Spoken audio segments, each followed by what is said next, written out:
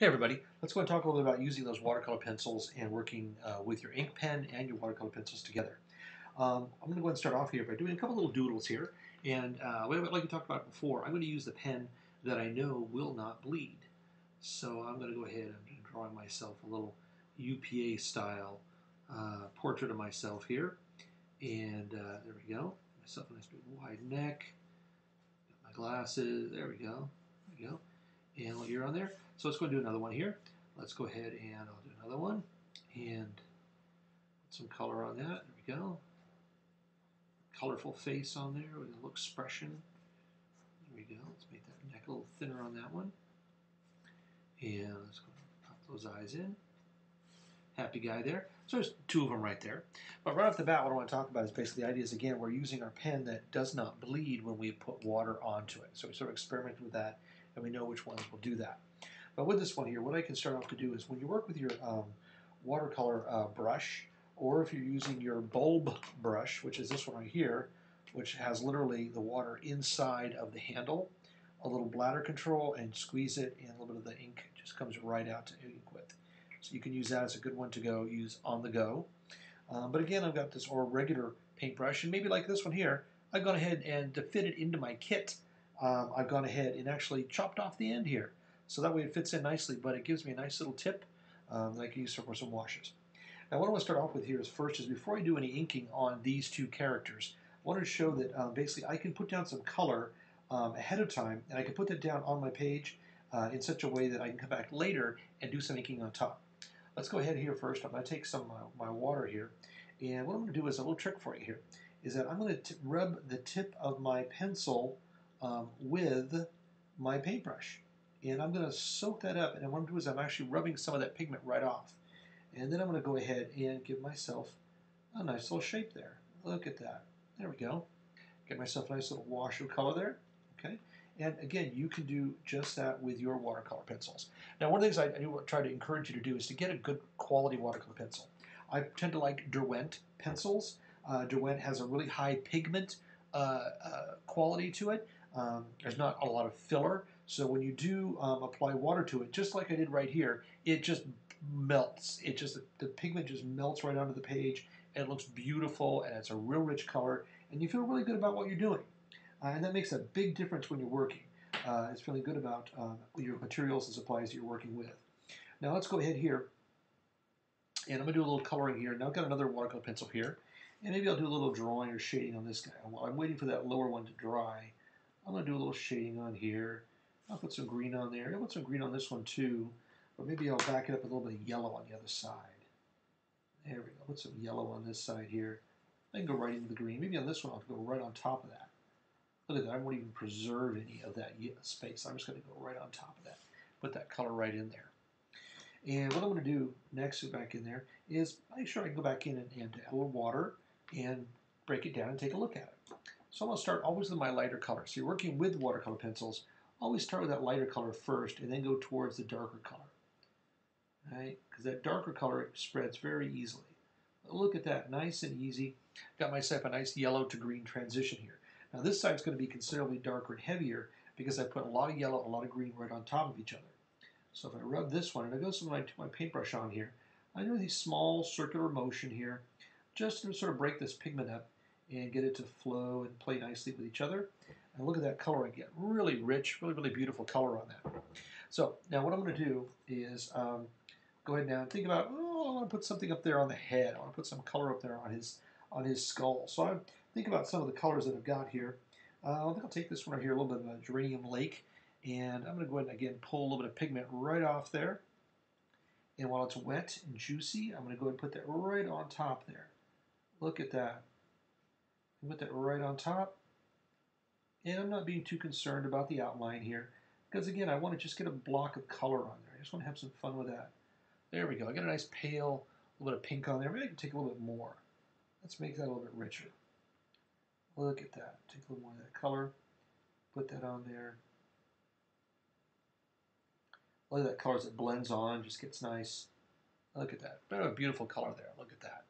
Yeah, we get some fun color.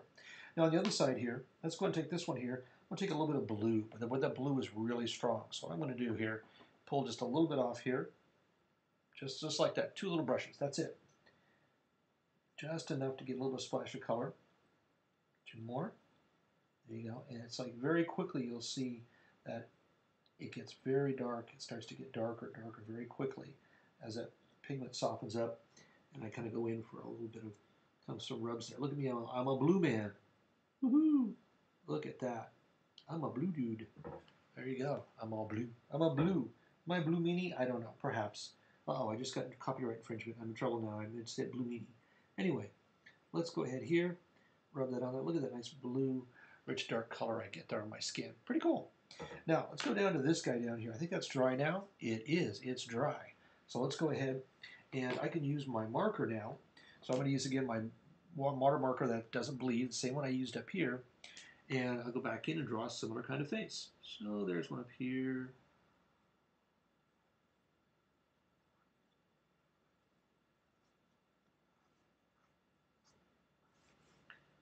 There we go. There we are. Look at that. So, but no bleeding whatsoever. And I had already had a nice splotch of color down. So yeah, can you do this with yours? Can you go ahead and put a whole bunch of different colors down and then go ahead and do a drawing on top of that? Yes, you sure can. Can you do just a regular drawing by itself with watercolor pencils? Yeah, you can do that too. Watercolor pencils are pretty nice. So if I go back in and do a pencil like this, and here I am doing the pencil drawing, right, using the watercolor pencil this time, right, same kind of drawing.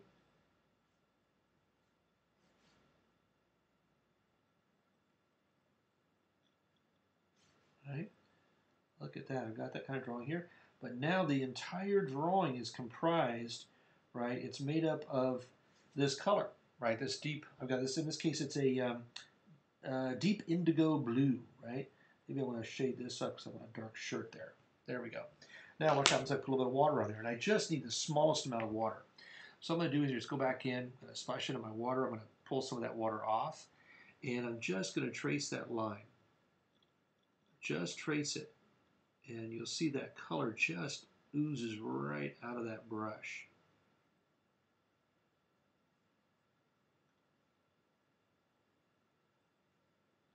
Notice how I'm rotating my brush so I get those edges there.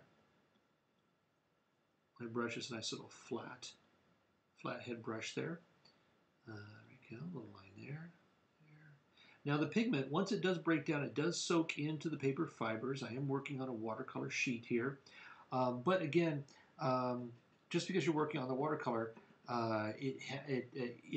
it's toothy, and so it has a texture, and it really wants to absorb all that pigment. So that water I put on there, that shirt, just to darken that down. Isn't that nice? Oh, that just gets a really rich, beautiful color on there. Yeah, I can even take some of that color and add that to the shirt over here on this guy, since it's already all nice and wet with my brushes here. I can go ahead and put that in there also. So with my character up here, yeah, I can come back in. I can do a little splash of color if I want to. I can just do a quick wash with just the water here, right along the edge here. Look at that, just barely touch anything. And I get a little bit of bleed, what we call bleed, as that water activates the pigment that's just sitting there on the paper, and that water, just the color just sort of bleeds off into it. But you get a little bit of that ghost-like blue color that happens in there. That can be pretty fun. Certainly, yeah, we can come back in and we can add extra colors, onto things. Like I can take this, yellow here, or actually let's do a nice orange. Let's do a nice zippy orange, because we know orange and blue are complementary colors. So I got this deep, deep green blue right there, this indigo blue, and I'm going to take this nice orange that's right here. Put a little zip of that right here. Oh, look at that. Just a little bit of color right there. Go right to the edge here. But that's kind of the nice thing about working with the brush there, being able to just pull that pigment right off. Because this way, I don't have to worry about rubbing my, my pencil right on the paper there, or risk to rub that at all. Look at that. We got a nice block of color in there. Really, really fun. Get a nice shock of orange in that. Isn't that nice? Now on the back side here, I can go ahead. Let's rotate my paper. Because remember, we just call this is our sketchbook, right? And we can do that. So I'm going to go ahead here, pull a little bit of this other color off here, this sort of darker, kind of almost a magenta color here. And I'll pull that right off that back side here. Look at that. Just going to bleed that right off that back side. Do some fun coloring on there. There we go. Nice little two-tone on here. He's kind of popping up kind of nicely. I can also, if I wanted to go back in now and rework these a little bit, because they're a little bit drier. This one's drier. I can certainly go back in and perhaps grab some yellow and pull that pigment right off there. Yeah, just rubbing that right off there. And if I want to do a little bit, put it right on top of his face there to bring that pink or that magenta color that's on his head and make that a little bit more orangey, I can do that. So I just put that just on his skin, but I leave the color that was around the outside of the drawing. I'll leave that alone. I'm just going to put this right there inside on the head itself. And we get a little bit more of a nice orange color coming up out of there as that yellow just sort of brightens up that red that's there. I'll pick that up for you can see that a little bit more. There we go. You can see that color. So you can see this is a little bit more magenta on the outside, and you get more of this nice warm yellowish orange happening inside there. So you can really play with these colors, and you could do a lot with them.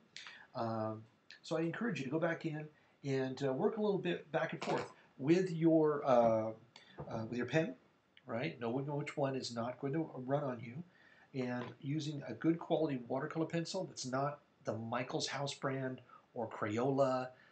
Get something like a Derwent watercolor pencil that's really good. Remember, it has to be a watercolor pencil, not a color pencil.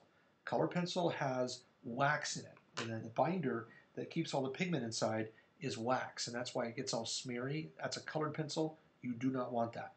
What you do want is a watercolor pencil, and that one has a ceramic coating inside on the pigment, so that way all the pigment sort of flows and breaks down like you saw here. It comes easily off the end of the tip of the pencil, and it goes down nice and easily when you want to just melt it after doing a drawing right onto the page. So go on out, experiment, and have some fun.